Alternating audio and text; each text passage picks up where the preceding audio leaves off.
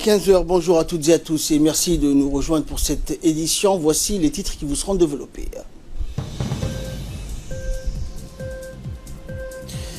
Le Premier ministre reçoit le président togolais Faure Gnassingbé qui était de transit à Djibouti. Et le ministre de l'économie et des finances a reçu l'ambassadeur de France à Djibouti, Arnaud Guillois. Et dans l'actualité internationale, derniers éclats de campagne en Tunisie avant le premier tour de la présidentielle. Bonjour à tous. Le Premier ministre Abdelkader Kamel Mohamed s'est déplacé à l'aéroport international de Djibouti pour accueillir le président togolais Faure Gnassingbé en escale technique à Djibouti en provenance du Sri Lanka vers son pays. Ils se sont encore entretenus au salon d'honneur où les discussions ont porté sur les relations bilatérales entre les deux pays, mais aussi des grandes problématiques du continent africain à l'ordre du jour. Et cette réunion a vu la participation du conseiller juridique du président de la République, Abdelrahman Ali Abdillahi.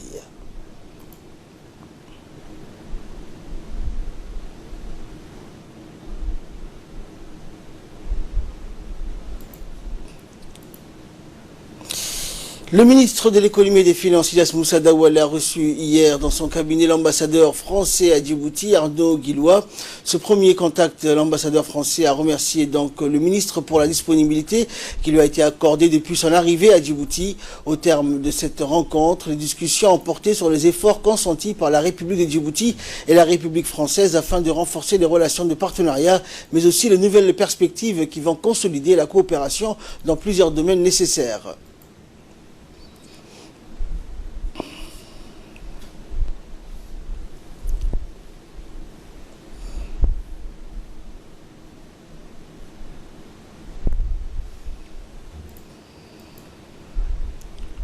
Et le ministre du budget, Abdelkarim Aden Nasser, a reçu également une audience hier dans la matinée des potentiels investisseurs américains d'Irané ACT et M. Dean Devolis de la société de Francolin Development. Francolin Development qui est une firme qui fournit des services d'architecture spécialisés dans la construction de logements abordables tout en jouant un rôle actif dans le développement communautaire.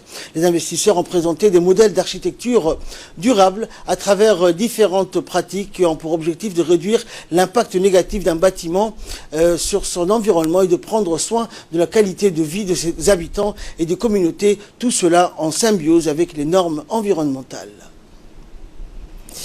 Également dans l'actualité, donc le secrétaire d'État à la jeunesse et au sport, Hassan Mohamed Kamil, donc dans sa politique basée sur la méritocratie et accentuée donc la redynamisation des CDC, a reçu dans son cabinet et avec tous les honneurs la directrice par intérim du CDC de la cité Anguela, Hawa Ahmed Mohamed, et la présidente du conseil communautaire Fatou Hassan, de réputation dynamique.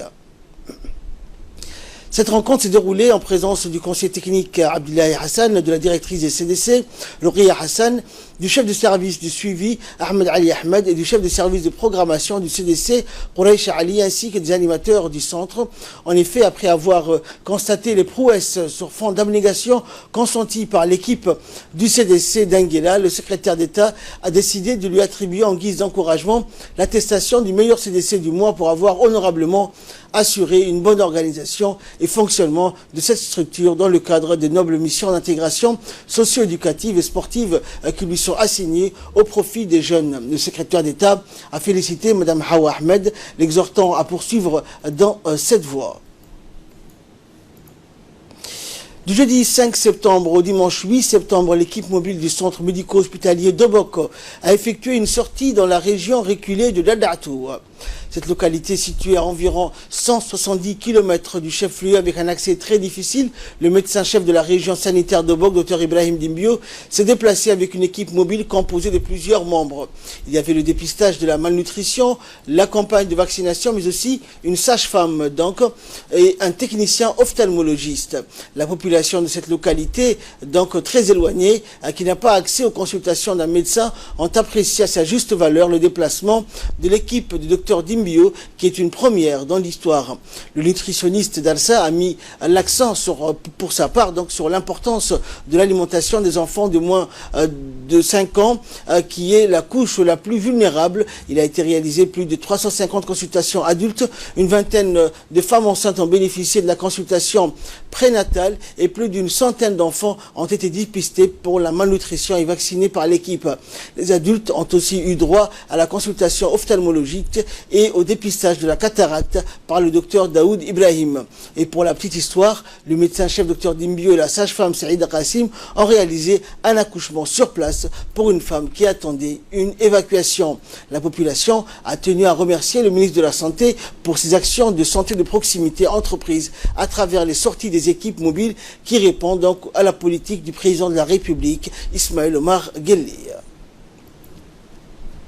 Et dans son intervention, le docteur Dimbio, médecin-chef du centre médico-hospitalier d'Obok, a indiqué que l'équipe du CMH a profité pour sensibiliser donc la population sur plusieurs thématiques telles que la lutte contre les maladies maternelles et infantiles, sans oublier les mesures d'hygiène et la distribution des moustiquaires imprégnés d'insecticides. On l'écoute.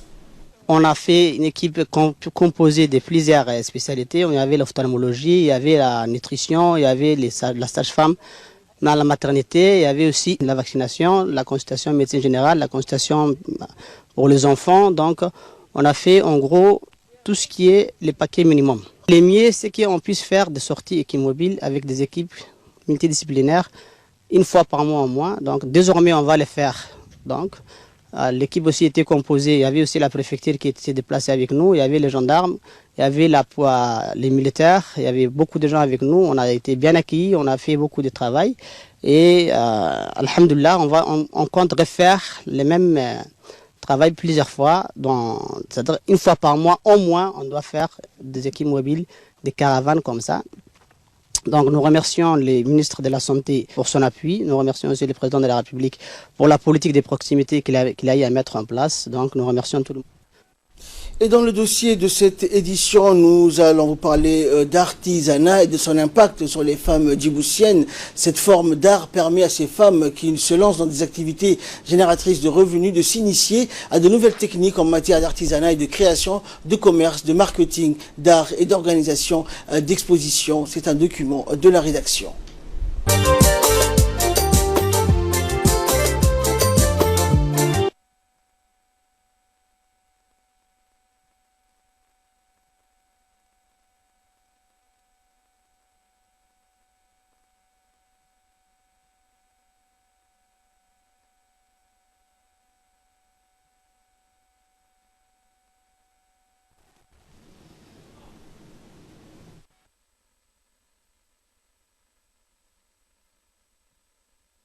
Allons retrouver donc ce document dans nos prochaines éditions.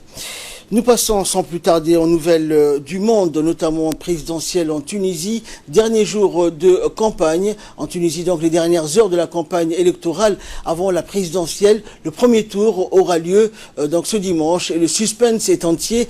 Aucun candidat ne fait l'unanimité. Ils sont 26 à se présenter, dont l'un est actuellement en prison. C'est l'homme d'affaires Nabil Karawi, poursuivi pour blanchiment d'argent et placé en détention provisoire depuis 3 semaines. Un membre de son comité de soutien affirme qu'il a débuté une grève de la faim et son avocat indique que la Cour de cassation pourrait se prononcer ce vendredi sur son cas.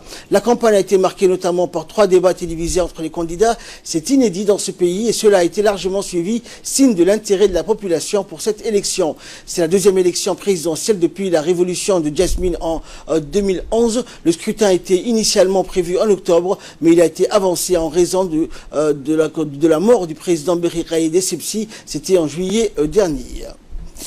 Le sud-est de l'Espagne est frappé par des inondations exceptionnelles. Toute la nuit, les pompiers ont arpenté les rues d'Oriola dans le sud-est de l'Espagne pour secourir les résidents bloqués chez eux. Depuis 2 jours, les provinces de Valence, d'Alicante et de Murcie sont touchées par des inondations exceptionnelles provoquées par des violents orages et des pluies torrentielles. 2 personnes âgées de 61 et 51 ans ont été retrouvées mortes jeudi donc à l'intérieur de leur véhicule emportés par les flots Près de 80 communes restent en alerte rouge aujourd'hui. Il s'agit des pires inondations qui est connue la région en près d'un siècle, comme l'explique Jorge Rodriguez, le maire d'Ontiente, l'une des communes touchées. Les intempéries devraient se poursuivre ce vendredi dans les régions de Maurice et de Valence. Les écoles et les collèges restent donc fermés. Les autorités conseillent aux habitants de rester chez eux et de ne pas prendre la route.